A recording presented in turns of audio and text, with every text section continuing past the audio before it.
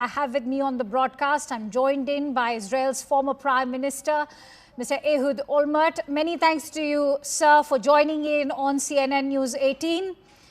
Let me begin by the situation at the international border between India and Pakistan and the LOC. There's an uneasy calm after Pakistan violated the ceasefire yesterday. How do you assess the situation that currently Islamabad and New Delhi are in right now? Well, I definitely hope that it will be controlled and that the Pakistanis will hold their fire and will not try to provoke India to respond in a powerful manner.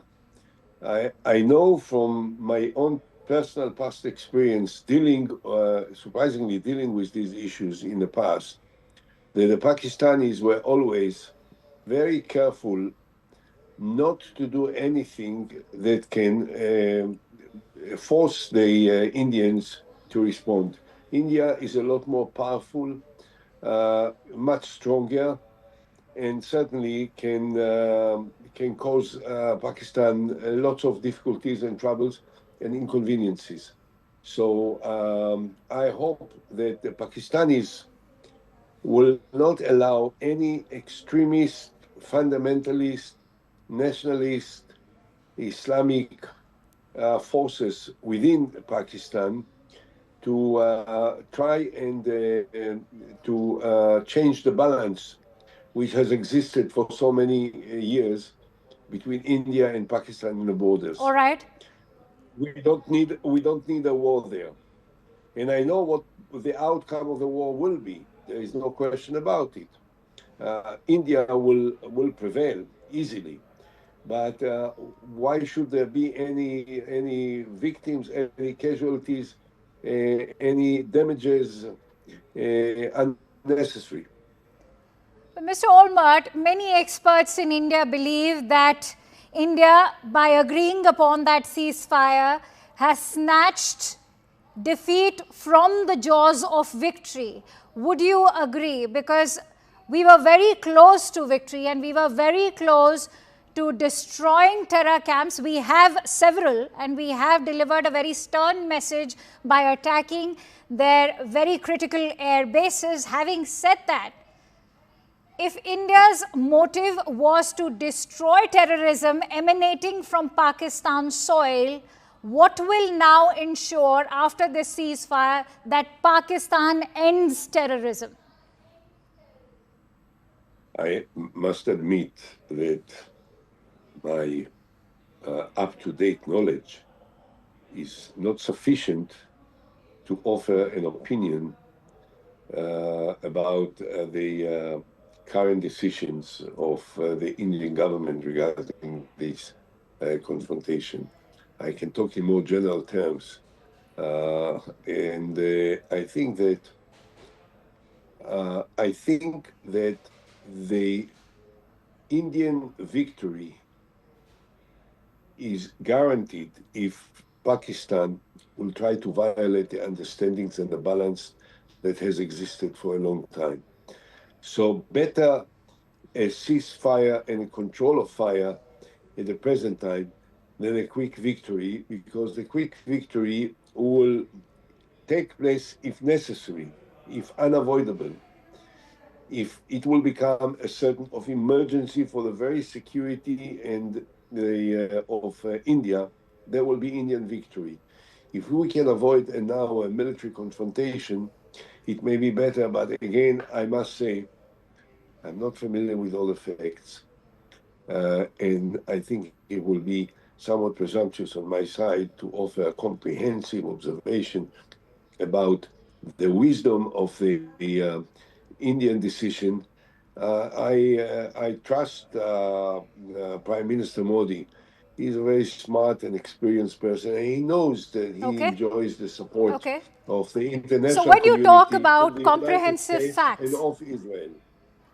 When you talk about comprehensive facts, Mr. Olmert, let me remind you that it was when it all began on 22nd of April in Pahalgam, where 26 innocent tourists, one being from Nepal, were attacked in the most barbaric manner by these terrorists, 4 of them, also identified on the basis of their religion. That's when India decided to launch Operation Sindoor, and prior to that, we used our own diplomatic and economic efforts to corner the country. So as somebody who's always called for an end to the war in Gaza, do you believe that India right now is in need of a more sustained pressure campaign against Pakistan?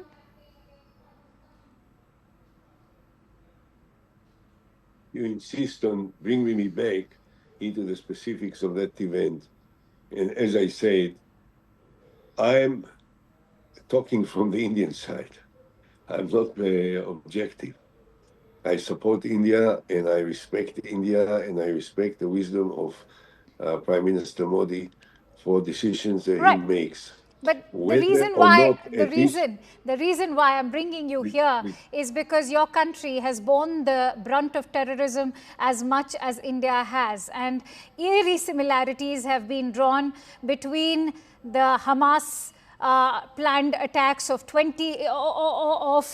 October 7, and there have been similarities which have in fact been drawn with 22nd of April attack in Pahalgam.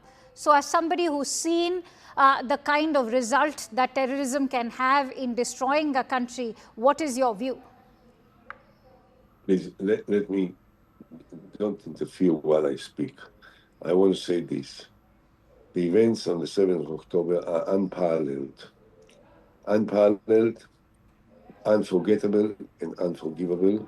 And even then, my opinion was that we could have stopped the war a year ago after devastating Hamas, killing more than 55,000 people in Gaza and destroying most of Gaza. The event on the 22nd of April, of what the Pakistani perpetrated were different. They were absolutely unacceptable. They were atrocious. But the size, the proportion, the number of casualties and victims is entirely different. India responded in a very powerful manner, in a very decisive manner. And Iran is not a threat to the existence of India, will never be. And I think at any point in the future, if the Pakistanis will try to violate the balance between Pakistan and India, India will have all the necessary measures and means to respond to Pakistan in such a way that Pakistan will live to regret that they ever started. So without drawing any comparisons and without analyzing all the specific details of which I'm not familiar with, I say I trust the strengths, the wisdom, and the power of the Indian government to take the necessary measures if indeed it will reach the point where there is no option but to respond in a military way. Mr. Olmert, I would like to bring you up to speed with how terror attacks in India have become a repeated course, whether it was the Mumbai 26/11 terror attacks, whether it was Pulwama, Pathankot, Uri. It all goes back to when India's parliament was attacked in 2001. So when you say that if it has to come to a military solution, let me break it to you. Unfortunately, it has come to a military solution where India is done with diplomacy and dialogue. So what is the solution then? Again, I say, look, you refer to events which took place at the beginning of this century. We are now 20 odd years away from it. I don't say that the only possible solution is a military solution. I say that if it will arrive at a point where there will not be any other options but a military option, I trust that India has the power, the determination, the leadership, and the vision to make this military solution decisive and very clear. Whether or not we are at this point now, I'm not sure. Whether or not what we need now is a comprehensive confrontation between India and Pakistan that can draw the entire region into military violent confrontations with millions of people affected by it. I'm not sure. I'm not sure. Mr. Olmert, there's one last question I'd like to pose, which is now becoming a moot question for all Indians after Donald Trump took credit for bringing in that ceasefire. Many are asking if the United States stopped for a ceasefire or, for peace, had they not hunted down Osama bin Laden all the way to Abbottabad, or Israel destroyed the Hamas infrastructure in Gaza. They have in fact almost nearly destroyed the entire Hamas leadership. So should India stop at this point? I really am, I will be hesitant to provide you a decisive answer. I have to trust the judgment of Prime Minister Modi. If Prime Minister Modi agreed with President Trump that for the time being, at this junction, it's good to reach a ceasefire, then I have to accept it and support it. However, and that's something that's very important, and I hope that many Indians will understand it.